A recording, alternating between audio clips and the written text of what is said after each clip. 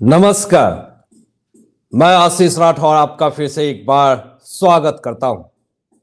जैसे जैसे लोकसभा चुनाव नजदीक आ रहा वैसे वैसे कांग्रेस के तमाम जितने भी विधायक हैं वो सब छोड़ छोड़ करके राहुल गांधी को छोड़ करके जा रहे हैं। एक बड़ा कुनबा जो है वो बीजेपी में शामिल हो गया है और कांग्रेस को बहुत बड़ा झटका लग गया। वो बड़ा कुनबा क्या है, कितना बड़े तादाद में झटका दिया है कांग्रेस पार्टी को, ये बताएंगे।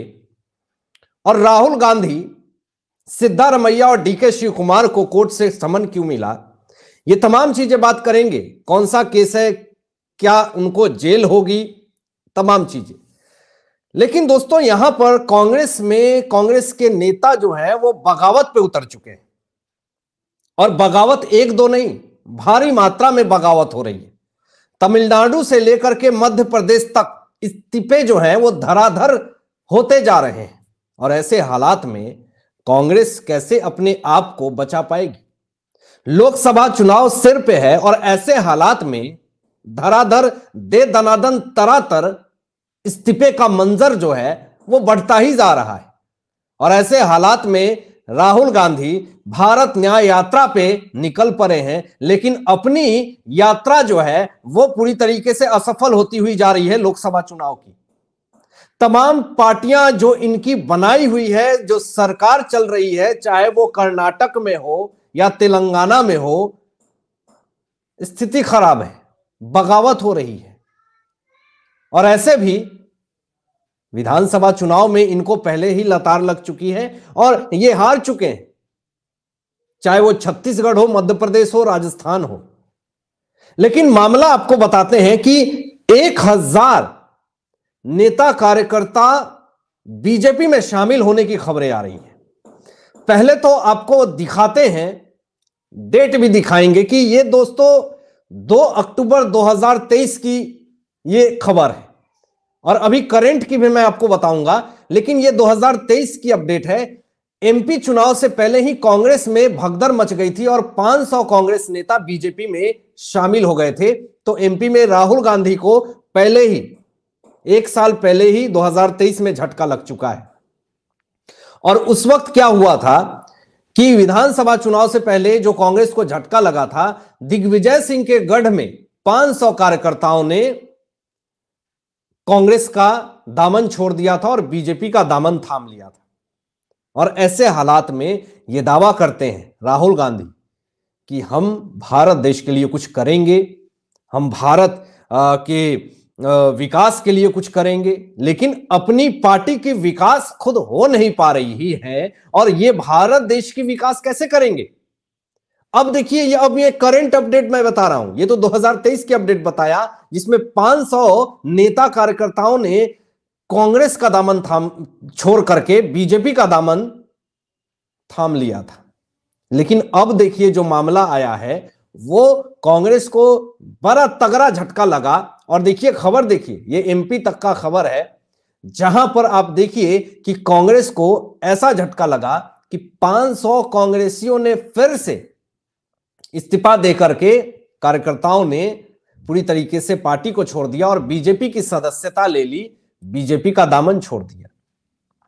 ये बहुत तगड़ा और बड़ा झटका राहुल गांधी के लिए लग चुका है। और ऐसे हालात में राहुल गांधी निकल पड़े हैं भारत न्याय यात्रा के लिए। इनके साथ खुद अन्याय हो रहा, ये कौन सी न्याय की यात्रा निकाल रहे हैं? आखिर ऐसी न्याय यात्रा निकाल करके ही क्या, जब आपके कार्यकर्ता नेता आपसे खुश हैं ही नहीं। देखिए दोस्तों यहां पर एक और झटका, सरपंच जिला के जिलाध्यक्ष ब्रिजमोहन भी बीजेपी में शामिल हो चुके हैं। अब ऐसे हालात में राहुल गांधी, प्रियंका वाड्रा, सोनिया गांधी, मल्लिकार्जुन खड़गे, ये तमाम लोगों का दिमाग काम करना बंद कर चुका है। अब ऐसे हालात में ये आने वाले लोकसभा चुनाव में आखिर कौन सा तिक्रम खेलेंगे, कौन सा पैतरा अपनाएंगे, ये तो आने वाला वक्त बताएगा। लेकिन सिचुएशन तो साफ तौर पे यही दिख रही है कि पूरी तरीके से कांग्रेस में अफरा तफरी का माहौल बना हुआ है। एक और तगड़ा झटका लगा, देखिए कर्नाटक में कांग्रेस की सरकार है। कर्नाटक के CM Siddaramaiah, deputy CM DK Shivakumar. और देखिए अब उनकी सरकार है, उनकी सत्ता है, और बेंगलुरु कोर्ट ने इनके ऊपर अब जो मामला दर्ज कर दिया है। अब क्या हुआ, समन क्यों भेज दिया है बेंगलुरु कोर्ट ने, ये सारा मामला आपको दिखाते हैं। जरा देखिए आपके स्क्रीन पे मैं शेयर कर रहा हूं कि बीजेपी के खिलाफ इन्होंने एक स्टेटमेंट दिया था, कांग्रेस ने स्टेटमेंट दिया था बीजेपी के खिलाफ, और 40% कमीशन को लेकर के क्या मामला है ये आपको बताएंगे। लेकिन राहुल गांधी, सिद्धारमैया और उसके बाद एक और डीके शिव कुमार को बेंगलुरु कोर्ट ने समन भेज दिया है दोस्तों। इससे राहुल गांधी, सिद्धारमैया और डीके शिव कुमार तीनों बौखलाए हुए हैं। बीजेपी को बार बार टारगेट करना, उजुल फुजुल स्टेटमेंट दे करके उनको बदनाम करना, विधानसभा चुनाव में किस तरीके से बम्बई जब थी तो उनको किस तरीके से इन्होंने टारगेट करा, क्या अभद्रता करी, जरा देखिए आपके स्क्रीन पे मैं शेयर कर रहा हूं, जरा देखिए। पिछले साल दोस्तों कर्नाटक विधानसभा चुनाव में जो स्टेटमेंट दे रखा है, कांग्रेस ने भाजपा पर 40% भ्रष्टाचार का आरोप लगाया था, और पार्टी पर भ्रष्टाचार का आरोप लगाते हुए अखबारों में कई विज्ञापन भी दिए थे। मतलब बिना सोचे समझे कांग्रेस ने पिछले साल विधानसभा चुनाव में बीजेपी को टारगेट कर दिया और 40% भ्रष्टाचार के आरोप लगा दिए और विज्ञापन में छपवा भी दिया। लेकिन विज्ञापन में जब आपने छपाए तो कोई सबूत नहीं दिया। यह सबसे बड़ा पॉइंट है। यह राजनीति एजेंडा और पॉलिटिकल एजेंडा पूरी तरीके से हो गया, और इन्होंने पूरी तरीके से विज्ञापन में छवि को धूमिल करने की कोशिश करी कांग्रेस पार्टी ने, जिसमें सिद्धारमैया, डीके शिव कुमार और राहुल गांधी, ये तमाम लोग शामिल हैं। अब देखिए यहां पर विधानसभा चुनाव के बाद बीजेपी ने विज्ञापनों से पार्टी की छवि को नुकसान पहुंचाने का आरोप लगाते हुए कांग्रेस नेताओं के खिलाफ मानहानि का मुकदमा दायर कर दिया था। भाजपा के वकील जो हैं विनोद कुमार ने अदालत में दलील दी कि झूठे विज्ञापनों ने भाजपा की प्रतिष्ठा को नुकसान पहुंचाया है। और यह कोई नई बात नहीं है। कांग्रेस अपनी छवि को चमकाने के लिए हमेशा बीजेपी पे तंज कसती है, आरोप लगाती है, और वो जितने आरोप होते हैं, वो जितने तंज होते हैं, वो सिर्फ और सिर्फ झूठे होते हैं, बेबुनियाद होती है, उनका कोई भी तथ्य नहीं होता, सबूत नहीं होता, बस अपनी छवि को चमकाने के लिए ये अजुल फुजुल स्टेटमेंट देकर के निकल जाते हैं। तो बीजेपी ने भी इस बार ठान लिया है कि अब तो किसी तरीके से कोई भी पैंतरा अपनाना पड़े, राहुल गांधी, सिद्धारमैया और डीके शिव कुमार तीनों को सजा मिलनी चाहिए। अब ये सजा कोर्ट क्या देगी ये तो आने वाला वक्त बताएगा, लेकिन मानहानि केस दायर कर दिया गया है। या तो इनकी सदस्यता रद्द हो, जेल भेजो, जो करना है करो, लेकिन इनको इनकी सबक जरूर सिखानी पड़ेगी। अब दोस्तों देखिए जरा कि वही देखिए इनकी नियति समझ में आएगी कि कल को वही कांग्रेस पे आरोप लगाती थी कि कांग्रेस सबसे बड़ा भ्रष्टाचारी है, और आम आदमी पार्टी, केजरीवाल जो है वो पूरी तरीके से उसी कांग्रेस के साथ हाथ मिला लेती है और सीट शेयरिंग भी कर लेती है दिल्ली में। और यही कांग्रेस जो कल को जिसको गलत बोलती थी आज उसके साथ जाकर के खड़ी हो गई है। आज देखिए खबर यह आ रहा कि भारत जोड़ो न्याय यात्रा में अखिलेश यादव शामिल हुए हैं, लेकिन वही अखिलेश यादव के पिताजी स्वर्गीय मुलायम सिंह यादव ने साफ तौर पे स्टेटमेंट दिया था कि आज भारत देश अगर पिछड़ा हुआ है पिछले 70 सालों से तो इसका सारा श्रेय जो जाता है वो कांग्रेस पार्टी को जाता है। इसका जवाबदेह कौन होगा? कांग्रेस पार्टी ने देश को लूटा है, कांग्रेस पार्टी ने देश को पूरी तरीके से अर्थव्यवस्था खराब की है, तो इसका जवाबदेही कौन देगा? ये बार बार आरोप लगता रहा है कांग्रेस पार्टी के ऊपर, और मुलायम सिंह यादव ने ये साफ तौर पे statement on media on public में ये बात कह रखी है, पब्लिक डोमेन में ये वीडियो पड़ी है, जाकर के आप देख लीजिए। आज उसी स्टेटमेंट के आधार पे मुलायम सिंह यादव के बेटे अखिलेश यादव कांग्रेस का समर्थन कर रहे हैं, इंडी अलायंस बना रहे हैं।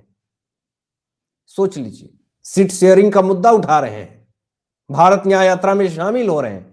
तो इनकी दोहरा नीति, दोहरा चरित्र जो है वो सामने आ गया, जिस कारण से इनका पूरा काला चिट्ठा खुल गया। और देखिएगा आने वाले समय में लोकसभा चुनाव में इनको इनकी भाषा में जवाब मिलेगा।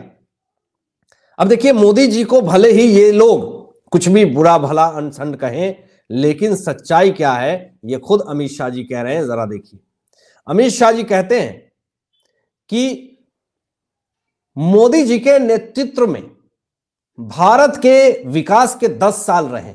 ये 10 साल 60 करोड़ गरीबों के कल्याण के रहे। ये 10 साल भारत को सुरक्षित कर आतंकवाद से मुक्त करने के रहे। ये 10 साल महिला शक्ति को संसद में 33% आरक्षण देकर सम्मान देने के रहे। प्रधानमंत्री श्री नरेंद्र मोदी जी के नेतृत्व में भारत दुनिया का पहला देश बना जहां चंद्रमा के दक्षिणी ध्रुव में कदम रखकर शिव शक्ति पॉइंट बनाया है। सोचिए, इस 10 साल में मोदी सरकार ने वो काम किया जो 70 साल में कांग्रेस की सत्ता ने नहीं कर पाई। और सिर्फ कांग्रेस की सत्ता ने 70 सालों में भारत देश की अर्थव्यवस्था को खराब करने के अलावा और कुछ नहीं किया। जाति धर्म के नाम पे वोट लेने के अलावा और कुछ नहीं किया। जाति धर्म के नाम पे लोगों को बांटने के अलावा कुछ नहीं किया। भारत देश की अर्थव्यवस्था को चरमरा करके रख दिया। सिर्फ और सिर्फ 70 सालों में कांग्रेस पार्टी ने यही किया और इसके अलावा कुछ नहीं किया। जो मोदी सरकार ने 10 साल में किए वो 70 साल में कांग्रेस पार्टी नहीं कर पाई। ये जीता जागता उदाहरण आपके सामने हमने प्रस्तुत कर दिया है। अब आप क्या सोचते हैं, इन तमाम मुद्दों पे अपने विचार व्यक्त कीजिएगा और ऐसे ही लेटेस्ट अपडेट पाने के लिए इस चैनल को सब्सक्राइब करके बेल आइकन प्रेस कर लीजिएगा और अपने दोस्तों में शेयर कीजिएगा। Thanks for watching my video. जय हिंद, सत्यमेव जय।